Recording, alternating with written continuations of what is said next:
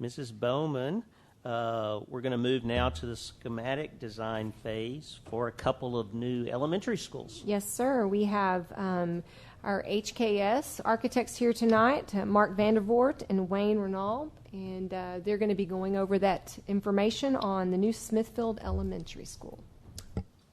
Thank you. President Kunkel, board members, Dr. Brown, it's great to be here this evening. I want to recognize Patrick Nedley, our team member. So let me see if I just... We're here to talk about the schematic design presentation for the replacement elementary school at Smithfield. And I'm showing a schedule that indicates our overall plan to open the school the summer of 2021. As you may know, part of this project includes renovations and upgrades at the 3 high school auditoriums, and we're hoping to be able to prosecute or build that portion of the work a year earlier. So that would be helpful in terms of the final delivery. During our meetings with the stakeholder committee and in working through the educational specifications, several concepts came out that I think we've captured in important words that I'm going to present here. The sense of community that we can help create in terms of just the spaces in the school environment and on the site, the way we can support the school community at large, and the way that we can reflect the Smithfield community in the actual project itself, we think will be very important concepts. Collaboration, the ability to provide for group learning, for opportunities to have different size groups be able to get together and work on projects or even have individual tutoring sessions within the school. Collaboration of all sorts. We're looking for places to provide for that activity. Transformation, to be able to truly represent the future of education and be, as you'll see in a minute, a sustainable, timeless design that can be flexible enough to accommodate all kinds of activities and curriculum events. Sustainability not only talks about enduring over time, but also being good stewards of the Earth's resources and in terms of just material selections and that sort of thing, creating healthy environments for all the users of the building. And certainly safety and security, contemplating that carefully on site, within the building, providing fencing, which we'll share with you more detailed descriptions of at our next presentation, but also zoning the building for safety and having that be an important aspect throughout the design. So here's a site plan. We've worked with the city carefully to perfect the continuation. I'm going to see if I can point to it here, of Northeast Parkway, which will be connecting across some open tracts of land and eventually connecting to Smithfield Road here just above the cemetery and just south of the existing school, which you see on this property. One of the challenges that we have then is to be able to keep the existing school in operation while the new building is built on this portion of the site. And here you see a rendered site plan.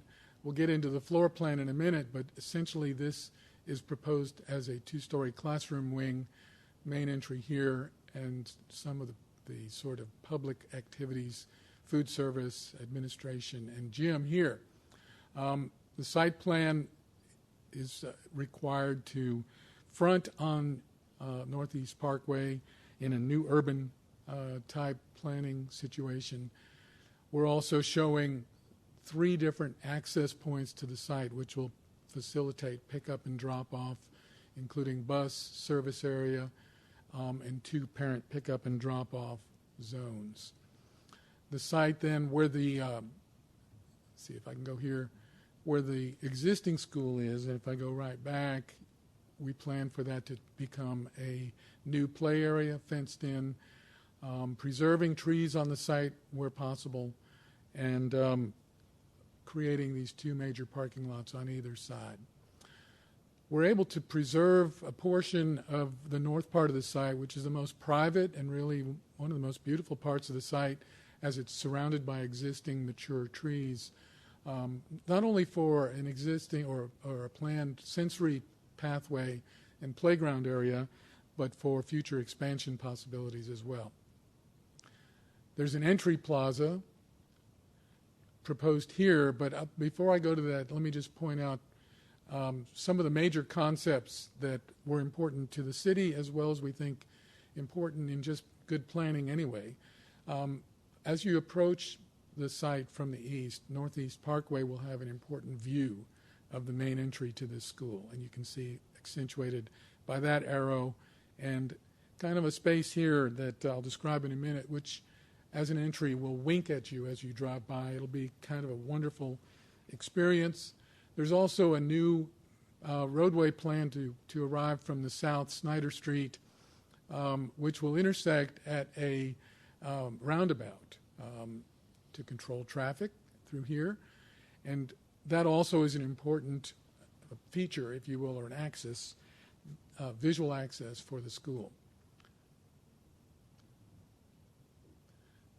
The plan is developed in this fashion, like I mentioned earlier, with the public wing fronting on the street in a new urbanist fashion, but also the classroom wing working with the contours of the site. Because even though it seems like it's fairly flat out there, there's actually 16 feet of slope from the very north property line to the south property line. And so we're taking that into account and having subtle transitions from the classroom wing here through the entry and then into the public wing on the south side of the property. As I mentioned, when you first come in, there's a security vestibule that will direct traffic into the administrative suite. The front area is monitored by that administrative area. An open learning commons, which will be a wonderful space, sort of a two-story high space that looks out over to a learning courtyard, and the public wing having access to the gym area, cafeteria, and performing arts areas, as you see here in red. Looking back to the classroom wing, special ed will be closest to the drop-off area. Some flexible spaces, flexible classrooms located centrally, and then the younger class, the grade level pods, kindergarten first and second grade, located on the first floor with a science classroom dedicated. And then on the second floor, a similar layout. This portion is a two-story area, flexible spaces, looking out over that learning commons area, third, fourth, and fifth pods with their teaming areas, as you can see, and a second science room on that floor. Both of those science rooms have access to this learning courtyard space. So as you look at this flyby, if you will, you'll be able to see, we're just showing sort of a massing of the school at this point. You can see how the school embraces the street. You can see here the entry plaza and the view through to that learning commons that I was talking about. The parking areas are kind of concealed from view, so that's kind of nice. They're sort of secure and protected. This is the sensory pathway area that I was talking about, the learning courtyard, the bus drop with canopies that link back into the cafeteria space, the embracing of that roundabout that I was talking about with some sunscreens. The orientation of the building is aligned to the south. There's that entry feature. All these classrooms have north light exposure, which is a very wonderful light for ambient light. And again, some of the existing and new trees that will create a very park-like environment on the site. As you come around here, you'll see the right-of-way, which will be built in conjunction with the school, and will be working closely with the city to get that done. This gabled area is kind of connoting, and you'll see it from a distance, from both of those axes that I talked about, the main entrance, and that's the learning commons and a community space for the school. So with that, I'm going to ask Wayne to give just a brief description of the auditorium renovations. We'll be bringing more detail on that at our next meeting, which will be in October. So as you know, accompanied with the elementary school, we are going to touch the auditorium. I hate to jump in. Would this be a good time to ask questions about the Smithfield? Or Sure. You can do that. Anytime. We're going to sorry, have one more slide on it. But oh, you do? we do. Sure. Just wanted to mention just very quickly, we were programming at the auditoriums, Halton High School, Birdville High School, Richland High School. We've already met with some of the staff, Conan, Danny Dietrich, myself, our design team, our consultants that are experts in AV, lighting, and those types of things. We've walked all the high schools, and we're prioritizing all of the scope that's available and balancing those priorities for that budget. And I think it's going to do well. I know that the highest priorities are AV and lighting scenarios for them, except Haltom High, you may recall, you're about to see a slide that shows the budget. It's a bit more. There we're programming a lobby space to be renovated to contain a new ticket booth and some storage areas that they felt like they needed as part of their program. So we wanted to let you know that's coming along as well. And I think it's important to understand that because if we bid all of this at one time, it should result in some big savings. So. The last slide is pretty straightforward. This is reflecting your budget, and we've met with our cost estimating consultant and have determined that we feel at this time we've got about a 5%, what we call a design contingency, meaning that our estimate is about 5% below the budget at this point. So now, if there are any questions. So you're saying that the budget was 26 million? No, I'm saying the budget is 24. And at 24, it includes Okay, so this is the budget. Expected costs is going to equal... Expected costs are below the budget. Below the 5%. budget. By 5%. Okay. Mr. Tolbert. Great presentation. Love some of the ideas. Well, you wouldn't have heard these ideas like 20 years ago. It's just stick up a box and a door and let's go. Who has control of what goes in the roundabout in the middle? Do you know, is that a city owned and that they're going to be in charge of that, or is that a function? Yes. I believe so. Go ahead. I was just going to say what the city has sent to us so far is the template for that right-of-way. That it's not built yet, but they've asked us to help them develop it, coordinate, all of that being constructed at the same time. It has its advantages for both the city and the school district, but they wanted that roundabout located in that direction, so if there's ever a street coming from Main Street, that it could focus on that roundabout, and then you can see how we put the design into motion around it. So it's a good fit. Oh no, I love the roundabout.